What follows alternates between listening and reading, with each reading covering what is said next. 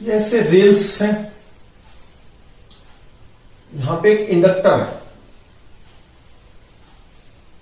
है L और यहां एक कनेक्टर ले लिया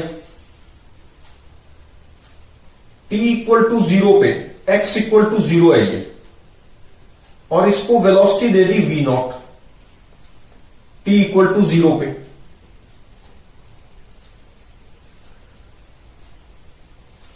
ये गिवन है, इसका मास m है और लेंथ l है। क्वेश्चन है draw x versus t graph for connector. This is connector, ठीक। अब हम पहले एक क्वेश्चन कर चुके थे जिसमें यहां रेजिस्टेंस होता था। अगर R होता था तो इसमें क्या होता, अच्छा मैग्नेटिक फील्ड तो बताई नहीं, मैग्नेटिक फील्ड ऐसे है B। तो जब अगर R होता था तो क्या होता था, इंड्यूस्ड ईएमएफ इसमें t इक्वल टू 0 पे कितना आ गया, BLV नॉट। अच्छा किसी भी टाइम t पे मान लो वेलोसिटी v हो गई तो हम कैसे बोलते थे, इंड्यूस्ड ईएमएफ हो गया BLV by R, BLV by R तो I इंड्यूस हो गया, E इंड्यूस कितना हो गया BLV, और ऐसे करंट फ्लो करेगा, और I इंड्यूस कितना हो गया BLV बाय R। अब I ऐसे था लेंस लॉ के अकॉर्डिंग I इंड्यूस्ड, और ये I इंड्यूस क्या कर रहा था, इस पे फोर्स लगेगी लेफ्ट में I L क्रॉस B करके, तो क्या हो रहा था, इसकी वेलोसिटी कम होती जा रही थी और ये फोर्स भी कम होती जाएगी, क्योंकि वेलोसिटी कम होगी तो ये करंट भी कम होता जाएगा। अच्छा, और ये फोर्स भी कम होती जाएगी, और हमने x as a function of t निकाल लिया था जो कि एक्सपोनेंशियल फंक्शन आया था, और फाइनली ये रुक जाएगा t टेंड्स टू इंफिनिटी पे, क्या होगा, ये रुक जाता था, और सारी की सारी काइनेटिक एनर्जी किसमें कन्वर्ट हो जाती थी, हीट में।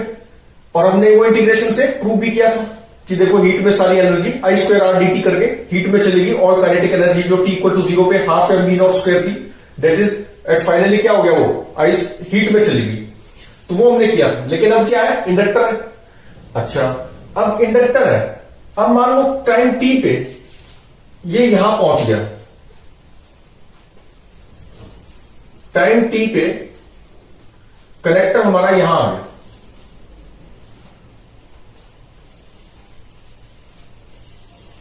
कनेक्टर कहां आ गया, एट टाइम t, और इसकी वेलोसिटी मान लो v है, टाइम t की बात कर रहा हूं, टाइम t पे वेलोसिटी v है, ये x इक्वल टू 0 था, x दूर आ गया ये टाइम t पे, x दूर आ गया टाइम t पे, और एट टाइम t ये x दूर आ चुका है और वेलोसिटी v है, और इसमें I कितना होगा, और t, अच्छा t इक्वल टू 0 पे तो I कोई नहीं आएगा, क्योंकि हम जानते हैं इंडक्टर के अक्रॉस कोई करंट फ्लो नहीं कर सकता। t इक्वल टू 0 पे करंट क्या था, I इक्वल टू 0 था, t इक्वल टू 0 पे। अच्छा यहां पर करंट हो सकता है, करंट आएगा ना यहां पे, ये L है, तो करंट मान लेते हैं कि I था at time t, I at time t पे करंट ऐसे था। अच्छा ऐसे क्यों गया, क्योंकि अब ये जो है फ्लक्स हमारा इंक्रीज हो रहा है ना, एरिया बढ़ रहा है, तो फ्लक्स क्या होता है, बी डॉट ए, दोनों बी और एरिया वेक्टर में एंगल 0, बी ए कॉस 0, लेकिन एरिया बढ़ रहा है तो फ्लक्स इंक्रीज हो रहा है, तो आई किस डायरेक्शन में आएगा, आई इंड्यूस, जो इसको कम करे, जो इसको अपोज करे लेंस लॉ के अकॉर्डिंग, तो आई इधर होगा तो मैग्नेटिक फील्ड इस आई के कारण बी इंड्यूस किधर होगी, आउटवर्ड नॉर्मल, तो इधर इस डायरेक्शन में होना चाहिए, तभी बी आउटवर्ड नॉर्मल आएगी, और वही आनी चाहिए लेंस लॉ के हिसाब से। तो आई इंड्यूस हो गया इस डायरेक्शन में, टी टाइम पे मान लो आई है, तो उस टी टाइम पे फोर्स भी तो लगेगी इस पे पीछे की तरफ, कितनी, B I L, T time पे फोर्स कितनी लगेगी, बी आई एल, और ये आई कौन सा है, आई इंड्यूस ये वाला, ये फोर्स लगेगी पीछे। अच्छा तो एक्सेलरेशन कितनी होगी इसकी, एक्सेलरेशन एट टाइम टी कितनी होगी, B I L by M. अच्छा आई नहीं पता मुझे, आई कैसे निकालने, केवीएल लगा देते हैं इधर, करंट आई ऐसे आ रहा था तो ये प्लस हो गया ये माइनस हो गया, ऐसे लगा देता हूं KVL, KVL at time t, KVL अगर हम लगाएं तो कितना हो गया L di बाई dt, इधर गया तो इंक्रीज होगी potential L di by dt, और ये कितना आ गया ये, अच्छा इसमें भी तो इंड्यूस, ये I क्यों फ्लो हुआ क्योंकि B इंड्यूस थी, तो इंड्यूस ईएमएफ कितनी थी, दिस इज इंड्यूस ईएमएफ, ये कितनी थी BLV, ये कितनी थी BLV, तो minus BLV is equal to 0, तो ये कितना आ गया L di by dt is equal to B L, V को क्या लिख सकता हूं, V is equal to dx by dt, तो ये क्या हो गया dx बाई dt, तो dt कैंसिल कर दिया और इंटीग्रेट कर दिया इसको, L di is equal to B L dx, integrate कर दिया, 0 था t इक्वल टू 0 पे, तो x भी 0 था और ये 0 से x गया और ये 0 से i गया, तो यहां से क्या आ गया Li is equal to BLX, यहां से i कितना आ गया, this implies that i is equal to BL upon L into x, ये current at any time t आ गया, क्या आ गया current at any time t, इसको यहां पुट कर देते हैं, तो एक्सेलरेशन a कितना आ गया eight any time t, B L upon m, और I को लिख दिया मैंने B L कैपिटल L और ये x, ये आ गया कितना हो गया B square L square upon ml x, this is acceleration at time t। अच्छा ये एक्सेलरेशन माइनस आएगा क्योंकि ये वेलोसिटी पॉजिटिव इधर है और ये BIL, सॉरी ये BIL इधर लेफ्ट में है, लेफ्ट में है तो नेगेटिव साइन लगाना पड़ेगा, तो ये कितना आ गया, अब ये किससे अगर हम देखें तो ये SHM वाली केस होगी, तो इसका मतलब ये तो पता चल गया इसकी एक्सेलरेशन किसी टाइम पे t क्या है minus omega square x time है, तो ओमेगा क्या हो जाएगा अगर हम कंपेयर करें माइनस ओमेगा स्क्वायर x जो कि SHM की इक्वेशन होती थी, अगर particle acceleration minus omega square x form में है तो वो SHM करता है, तो ये कनेक्टर भी क्या कर रहा है यहाँ SHM क्योंकि इसी फॉर्म में है ये, तो यहां से ओमेगा कितना आ गया मेरा, comparing these two we get omega is equal to B square L square upon ml, ये आ गया ओमेगा। अच्छा तो SHM अगर ये कर रहा है तो फिर क्योंकि हमें ग्राफ निकालना है ना, x की इक्वेशन भी तो निकालनी पड़ेगी तभी तो ग्राफ निकलेगा, तो x कितना हो गया x at any time t is equal to SHM की equation a sine omega t plus phi naught, अब हमें ये a और फाई नॉट निकालने हैं, तो ये इनिशियल कंडीशन से निकल जाते हैं, इनिशियल कंडीशन क्या है t इक्वल टू 0 वाली कंडीशन, वो क्या थी x इक्वल टू 0 था एट t इक्वल टू 0, तो पुटिंग इसमें t इक्वल टू 0 और x equal to 0 we get a sine phi naught, यहां से क्या आ गया phi naught is equal to 0 या पाई। अच्छा अब वेलोसिटी भी देख लेते हैं, t इक्वल टू 0 में कितनी थी v naught, v equal to v naught था at t equal to 0, differentiating this equation with respect to time we get velocity at time t is equal to a omega cos omega t plus phi naught।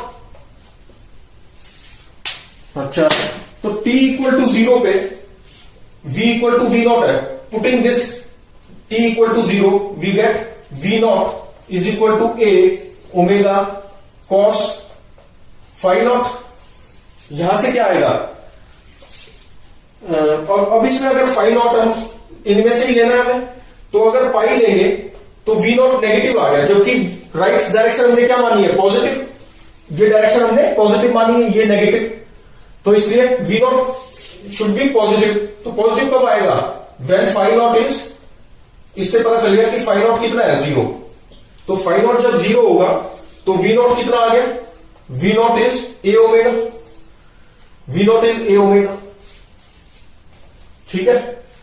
अच्छा omega की value put कर सकते हैं इसमें, तो v, अच्छा यहां से a कितना आ जाएगा, यहां से हमें a मिल गया, a is equal to, this implies that a is equal to v naught by omega, that is equal to v naught, omega की वैल्यू पहले ही निकाल चुके हैं, b square L square by ml, तो ये हो गया ml upon ml, capital L है ये, B square L square.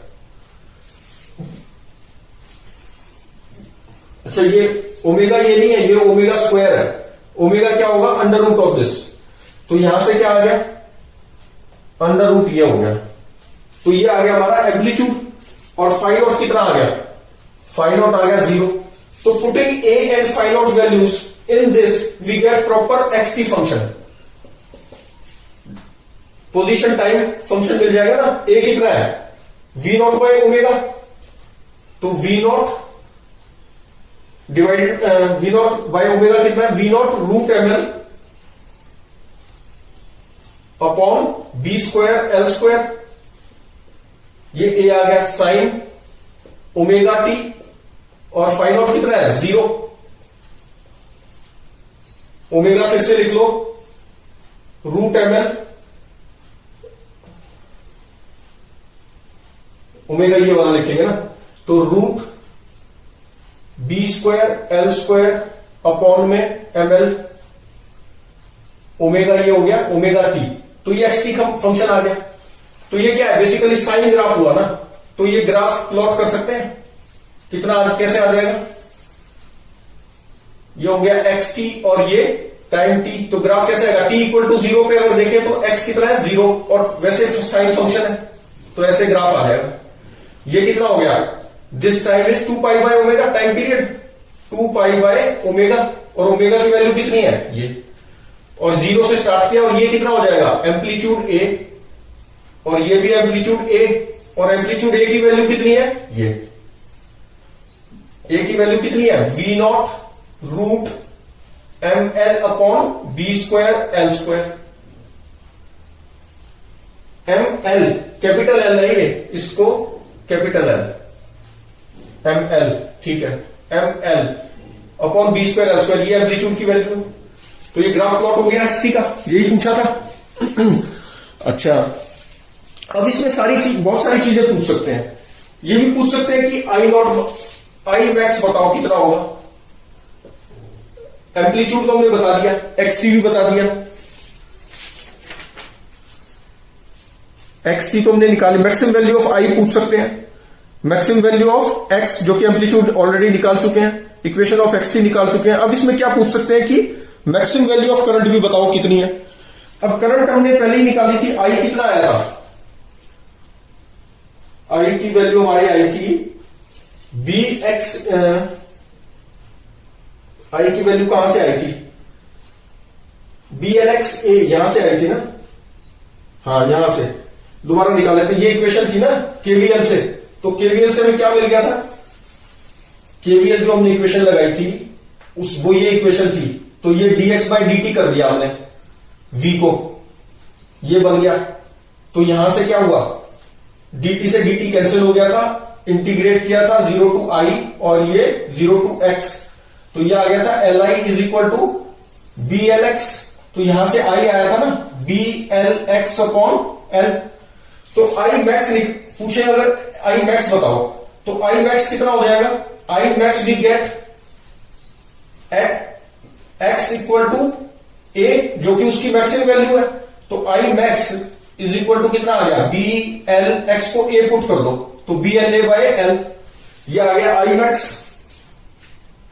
a क्या है? एम्पलीट्यूड। तो a एम्पलीट्यूड है, a कितना हो जाएगा?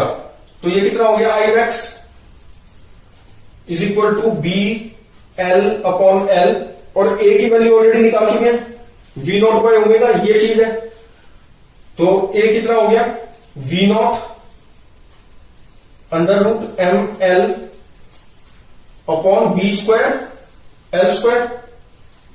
तो ये आई मैक्स भी आ गया। आई मैक्स कितना आ गया? V naught. अगर हम देखें तो ये बी स्क्वायर एल स्क्वायर बाहर आ जाएंगे तो ये कैंसिल हो जाएगा इससे। और एल स्क्वायर को अगर एल स्क्वायर करके अंदर ले जाओ तो ये वी नॉट बन जाएगा एम अपॉन एल, ये आ गया। आई मैक्स कितना आ गया? V naught root M by L. अच्छा अगर इसमें मान लो डायरेक्टली क्वेश्चन में सिर्फ ये पूछते कि भाई आई मैक्स फाइंड करो, तो क्या हम पूरा प्रोसेस करते एक्स टी निकाल के और फिर ये? नहीं, इतना लंबा मेथड नहीं करते। हम क्या लगा देते? सिंपली यहां पर हम देखें अगर एसएचएम में तो हो क्या रहा है, काइनेटिक एनर्जी जो है ये एसएचएम कर रहा है ना, ये ऐसे जाके और ऐसे आ रहा है, एसएचएम कर रहा है। ये बेसिकली टी इक्वल टू 0 पे क्या थी, इसकी मीन पोजीशन थी, ये यहां पे एम्पलीट्यूड है इसका, ये एसएचएम कर रहा है ऐसे। तो यहां पर क्या है, काइनेटिक एनर्जी मैक्सिमम है, काइनेटिक एनर्जी इज मैक्सिमम, और ये जो मैग्नेटिक एनर्जी है ये 0 है, टी इक्वल टू 0 पे। अब जब ये यहां पहुंचा तो इसकी काइनेटिक एनर्जी क्या होगी, यहां पे तो वेलोसिटी इसकी 0 है क्योंकि एक्सट्रीम पोजीशन पे है, तो एसएचएम में एक्सट्रीम पोजीशन पे क्या होती है, वेलोसिटी 0, तो काइनेटिक एनर्जी यहां पर क्या हो गई, 0। तो ये पूरी एनर्जी कहां गई, यहां पे आई नॉट आ चुका है, I max, I not is I max, जो आई मैक्स की वैल्यू निकालिए। तो हम क्या बोल सकते हैं कि हाफ, अब इसमें क्योंकि रेसिस्टेंस नहीं थी ना कोई, तो पूरी की पूरी एनर्जी हीट, तो हीट में जाएगी नहीं, तो पूरी की एनर्जी जो है उसी में, मतलब इसी में रहेगी, मैग्नेटिक एनर्जी में कन्वर्ट होगी। काइनेटिक एनर्जी से जैसे मीन पोजीशन से एक्सट्रीम की तरफ जाएगा तो kinetic energy converted to extreme पे पूरी कन्वर्ट हो जाएगी मैग्नेटिक एनर्जी में। फिर जब एक्सट्रीम से वापस मीन की तरफ आएगा तो magnetic energy converted to kinetic energy, तो यही प्रोसेस चलता रहेगा। तो we can say energy is conserved and initial kinetic energy कितनी थी, half M v naught square, and this energy is equal to energy at extreme position of SHM motion of this connector.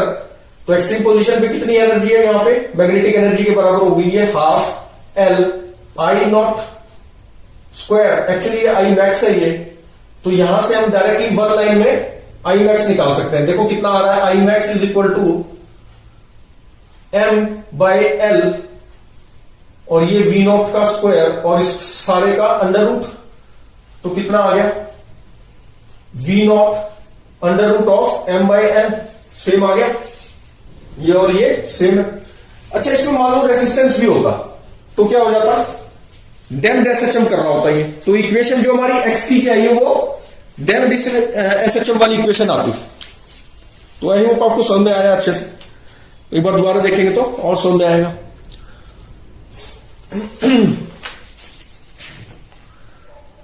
तो I think ये magnetic EMI हमारा finish हो गया है। यहां पे एक लास्ट टॉपिक रह गया, एडी करंट्स, वो करेंगे नेक्स्ट वीडियो में।